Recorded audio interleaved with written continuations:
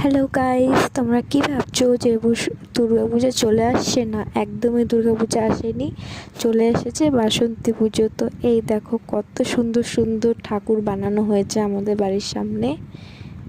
তো গাইস, 4 তারিখে বাসন্তী পুজো, তারপরে 5 তারিখেই শুরু হয়ে যাবে তারপরেই তোমার অন্নপূর্ণা পূজা হবে। তো অন্নপূর্ণা ঠাকুরও বানানো হয়েছে।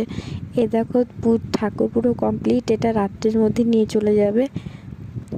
তো গাইস, আমাদের কিন্তু ঠাকুর দেখার জন্য বাড়ির বাইরে বেরোলেই দেখা যায়। দেখো ঠাকুরগুলো কি সুন্দর, কিন্তু এখান থেকে যখন নিয়ে চলে যায় তখন কিন্তু একদমই ভালো লাগে না, পুরো মনটা খারাপ হয়ে যায়। তো এই ঠাকুরগুলো আজকের মধ্যেই সব কমপ্লিট হয়ে যাবে, তারপরে সব কালকেই নিয়ে চলে যাবে। তারপরে আমাদের বাড়ির সামনেটা পুরো ফাঁকা।